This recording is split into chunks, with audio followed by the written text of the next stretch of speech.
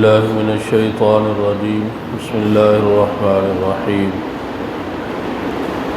وقالوا اتخذ الله ولدا سبحانه بل له ما في السماوات والأرض كل له قانتون بديع السماوات والأرض وإذا قضى أمرا فإنما يقول له كن فيكون صدق الله العظيم۔ یہاں سے رب ذوالجلال یہود و نصارہ اور مشرکین کے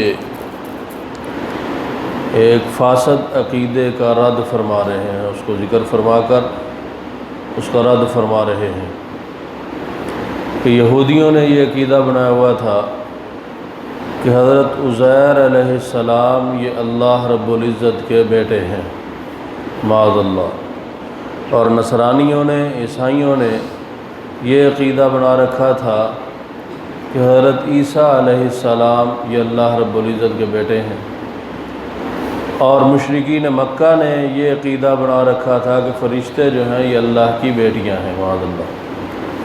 تو اللہ تعالیٰ نے اس کا ذکر فرما کر کہ یہ لوگ کہتے ہیں کہ اللہ تعالیٰ کا بیٹا ہے، معاذ اللہ اولاد ہے، تو آگے 5 دلیلوں سے اللہ رب العزت نے اس کا رد فرمایا۔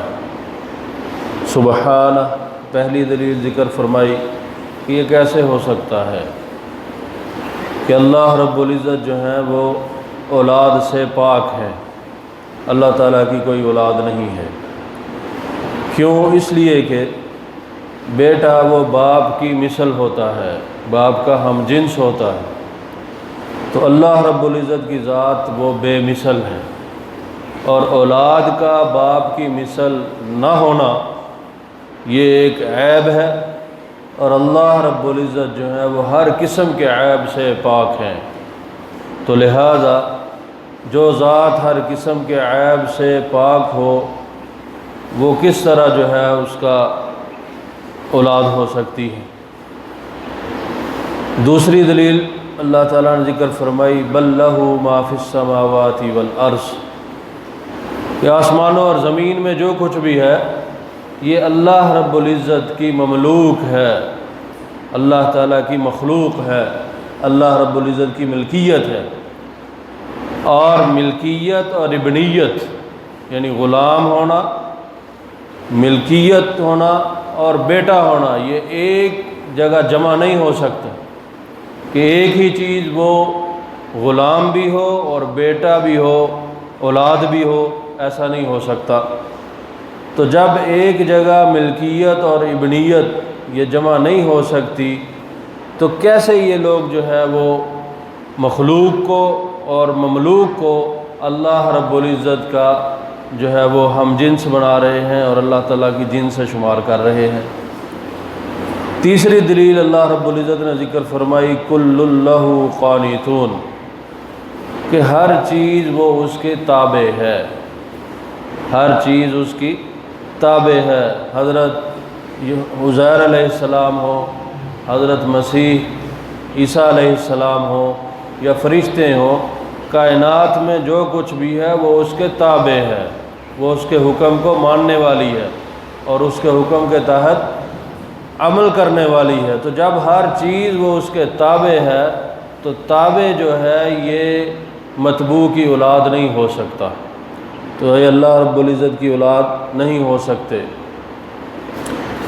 چوتھی دلیل اللہ تعالیٰ نے ذکر فرمائی بدیع السماوات والارض، کہ اللہ رب العزت وہ آسمانوں اور زمینوں کے موجد ہیں۔ بدیع کہتے ہیں اس ذات کو جو بغیر نقشے کے کسی چیز کو وجود بخش دے۔ تو یہ کائنات جو ہے یہ اللہ رب العزت نے بغیر کسی نقشے کے، بغیر کسی صورت کے، بغیر کسی خاکے کے اس کو عدم سے وجود بخشا۔ تو جو ایسا زبردست طاقت والا ہو کہ جو بغیر کسی نقشے کے اتنی بڑی جو کائنات ہے اس کو وجود بخش دے، تو جب وہ وجود بخشنے میں کسی کا محتاج نہیں ہے تو اس کو اولاد کی کیا ضرورت ہے کہ وہ اولاد جو ہے یہ اپنے باپ کی معاون اور مددگار ہوتی ہے۔ تو جو اتنی عظیم ذات اور بڑی ذات بغیر نقشے کے، بغیر کسی صورت کے اتنی بڑی کائنات کو عدم سے وجود میں لے آئیں، ان کو اولاد کی کیا ضرورت ہے؟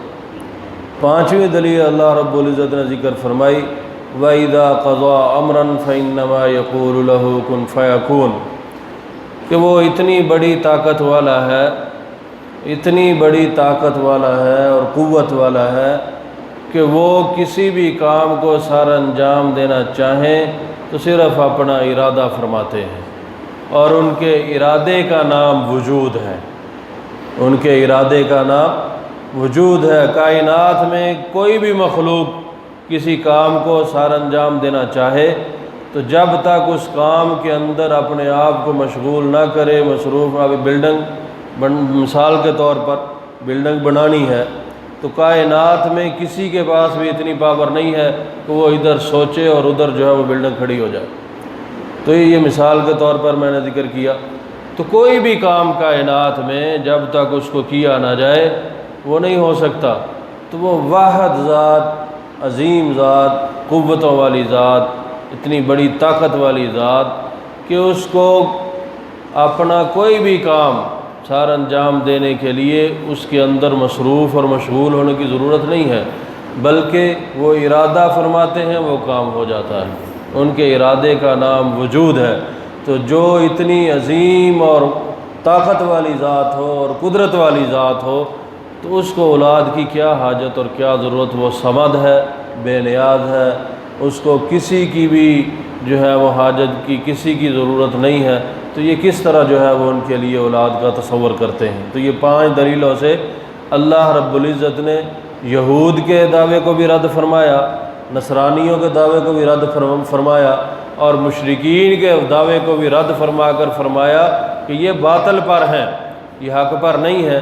تو یہ کیسے دعویٰ کرتے ہیں؟ یہود کہتے ہیں کہ ہم سچے ہیں، نصارہ کہتے ہیں کہ ہم سچے ہیں، اور مشرکین مکہ کہتے ہیں کہ ہم سچے ہیں، حالانکہ یہ باطل عقیدہ رکھنے پر یہ حق پر نہیں ہو سکتے، یہ تینوں باطل پر ہیں۔ ترجمہ سن لیں، وَقَالُوا اتَّخَذَ اللَّهُ وَلَدًا سُبْحَانَهُ، اور یہ لوگ کہتے ہیں کہ اللہ تعالیٰ نے اولاد بنا لی، سبحانہ، اللہ تعالیٰ ان کی ایسی باتوں سے پاک ہیں۔ بَل لَّهُ مَا فِي السَّمَاوَاتِ وَالْأَرْضِ، بلکہ اسی کی ملکیت میں ہے جو کچھ بھی ہے آسمانوں اور زمین میں۔ کُلٌّ لَّهُ قَانِتُونَ، یہ سارے کے سارے اس کے تابع فرما ہیں، کوئی بھی اس کے حکم سے باہر نہیں ہے۔ بدیع السماوات والارض، وہ آسمانوں اور زمینوں کو وجود بخشنے والے ہیں۔ وَإِذَا قَضَىٰ أَمْرًا، اور جب وہ ارادہ فرما لیں کسی کام کو کرنے کا، فَإِنَّمَا يَقُولُ لَهُ كُن، پس بے شک وہ کہتے ہیں اس کو ہو جا، فَيَكُون، پس وہ ہو جاتا ہے۔ اللہ تعالیٰ سے دعا ہے کہ ہمیں اللہ رب العزت صحیح معنوں میں اپنی ذات پر ایمان لانے اور نبی مکرم صلی اللہ علیہ وآلہ وسلم کی بتلائی ہوئی ایک ایک بات پر ایمان رکھنے کی توفیق عطا فرمائیں۔ وآخر دعوانا الحمد للہ رب العالمین۔